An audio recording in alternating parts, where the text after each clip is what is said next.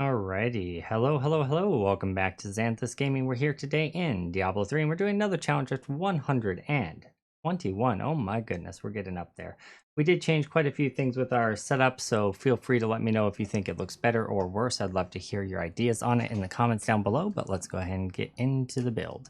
So this is a Necromancer build where we are looking at summoning skeletal mages. I've went ahead and moved my skeletal mage onto my right click because it makes sense to me and shuffled around these buttons just a little bit.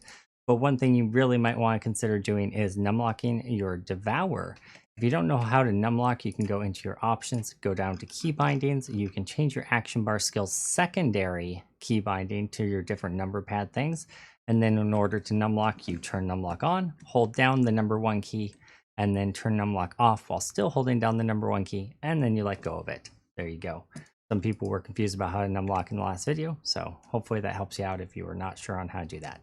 If you're on the console, you just simply hold down that button and it will continuously cast. So there you go there also. All right, and then that's your main source of essence. I didn't find that I really even had to use bone spikes at all. I was absolutely fine without that. One thing you want to really keep an eye on is making sure that you have your bone armor up, as it is a big source of damage with your skeletal scythe. Every time you cast a secondary ability, it does a ton more damage, but it also reduces the remaining duration of your bone armor. So be a little bit careful about spamming those mages, because if your bone armor drops, you are a lot squishier. That's a really big thing.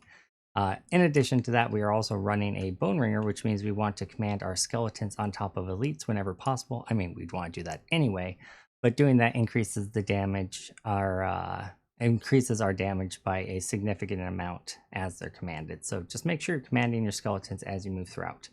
Reaper's Wraps means any globes that are on the board are going to give you extra primary resources, which is more mages. You don't really struggle with that, but you do have life from death, so you'll have globes all over the place.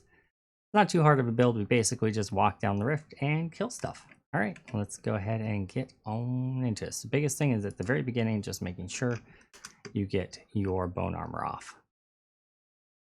And then you just start casting and walking through the rift, commanding skeletons as you see fit. I just went through. Do this. It's okay. This is fine. We're gonna kill these guys anyway. It's fine. That might work out a little better just because it gives us those bone armor stacks that we want before the elite. Actually, that I take it back. That's probably better than what I have on the map. So yeah, I mean, you can make that change if you want to. All right, and we're gonna go ahead and keep walking up this way, remembering to recast our skeletal mages as we need to. We can have up to 10 up, so if we're dropping too far below that, then we're not quite doing something right. You can use your bone spikes to break the doors, or you can command your skeletons to break the doors. Either way, it's just fine. I would make sure to refresh my bone armor before I grab that conduit, because it does get a little bit sketchy refreshing it after that point. And I'm just going to basically walk through stuff here. I'm not even going to worry too much about my mages.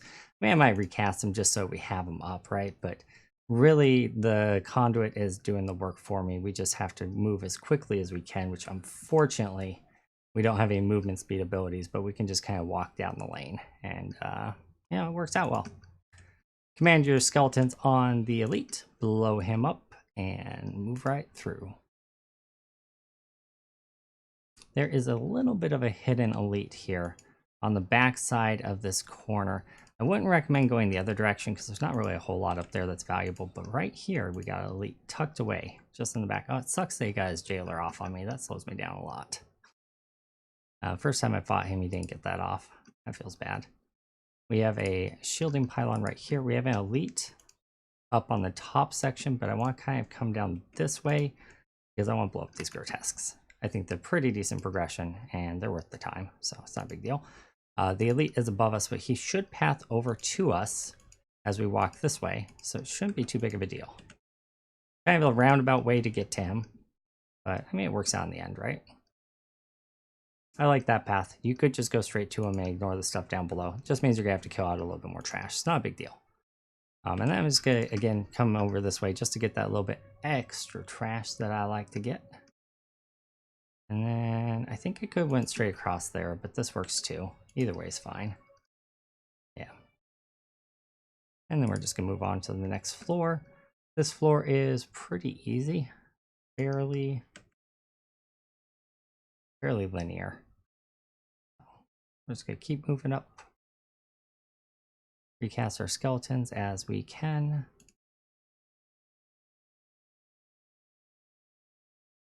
Basically, you're just always moving and you're assuming that your skeletons are going to do the work of killing everything and you don't have to really worry about it, right? You just keep walking and recasting and making sure your bone armor stays up. And those are the biggest things.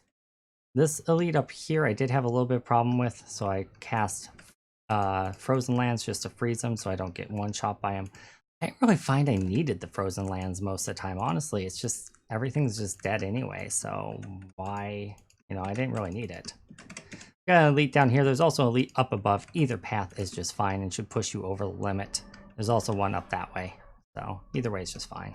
And then we just kill the boss, and easy peasy, lemon squeezy, right? To stop your numlock, you can Alt-Tab, or you can hit the Tab button, or you can hit Enter, and then click your teleport. And that'll stop that. All right, so that is Challenge Rift 121. Hopefully it helps you guys. If it does, make sure you leave a like, favorite, share, subscribe, all that good stuff down below. Either way, thank you guys for being with me today. I hope that it was helpful, and we'll see you guys next week in Challenge Rift 122. Peace. See you guys.